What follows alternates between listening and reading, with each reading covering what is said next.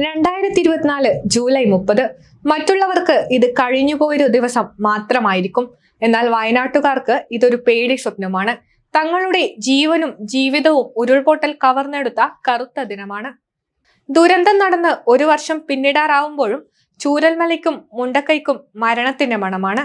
തകർന്ന കെട്ടിടങ്ങളും ബാക്കിയാകുന്ന മൂകതയും ചൂരൽമലയിലെ കവലയിൽ തളം കെട്ടി നിൽപ്പുണ്ട്.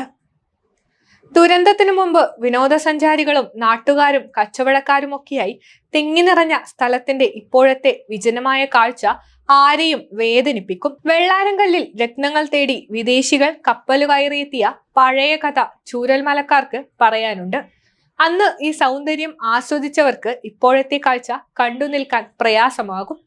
ദുരന്തത്തിൽ 298 പേർ മരിച്ചെന്നാണ് കണക്കുകൾ രേഖപ്പെടുത്തുന്നത്. ഒരാൾ പോലും അവശേഷിക്കാതെ 59 കുടുംബങ്ങളെയാണ് ദുരന്തം കവർന്നത്. 1084 കുടുംബങ്ങളിലായി 4636 പേർ ദുരന്തം ബാധിച്ചുവെന്നാണ് മൈക്രോ പ്ലാൻ വിവരങ്ങൾ പ്രകാരമുള്ള കണക്കുകൾ സൂചിപ്പിക്കുന്നത്. ഉരുൾപൊട്ടൽ ബാധിച്ചത് മേപ്പാടി ഗ്രാമപഞ്ചായത്തിലെ 10, 11, 12 വാർഡുകളിലാണ്. ഏകദേശം 7 ചതുരശ്ര കിലോമീറ്ററിലായാണ് ദുരന്തം ബാധിച്ചതെന്ന് റിപ്പോർട്ടുകൾ പറയുന്നു. ഉരുൾപൊട്ടലിന് കാരണം അതിശക്തമായി പെയ്ത മഴയാണെന്നാണ് റിപ്പോർട്ട്. 24 മണിക്കൂറിനുള്ളിൽ 373 മില്ലിമീറ്റർ മഴയാണ് മുണ്ടക്കൈ പ്രദേശത്ത് ലഭിച്ചത്. ബെയിലി പാലത്തിന് അക്കരെയുള്ളവരെയാണ് ദുരന്തം അധികമായി ബാധിച്ചത്.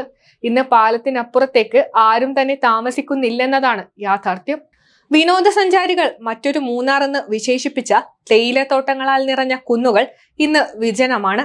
60ഓളം കടകൾ ഉണ്ടായിരുന്ന ചൂരൽമലയിൽ ഇപ്പോൾ ഉള്ളത് ഹോട്ടലുകളടക്കം 4 കടകൾ മാത്രമാണ്. മുണ്ടക്കൈ ചൂരൽമല ദുരന്തത്തിൽപ്പെട്ടവർക്ക് പൂർത്തിയാകാതെ നിൽക്കുകയാണ് വീടെന്ന സ്വപ്നം. കൽപ്പറ്റയിലൊരുങ്ങുന്ന ടൗൺഷിപ്പ് മാതൃകയിലുള്ള വീട് പോലും ഒരു വർഷമായിട്ടും പൂർത്തിയായിട്ടില്ല.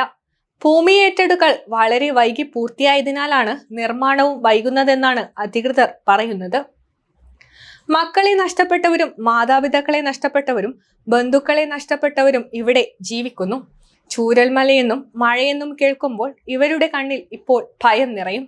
അവരുടെ ജീവിതത്തിന്റെ കറുത്ത ദിനമായ ജൂലൈ 30 വീണ്ടും ഓർമ്മയിൽ നോവിന്റെ മിന്നൽ പിണറുകൾ തീർക്കും.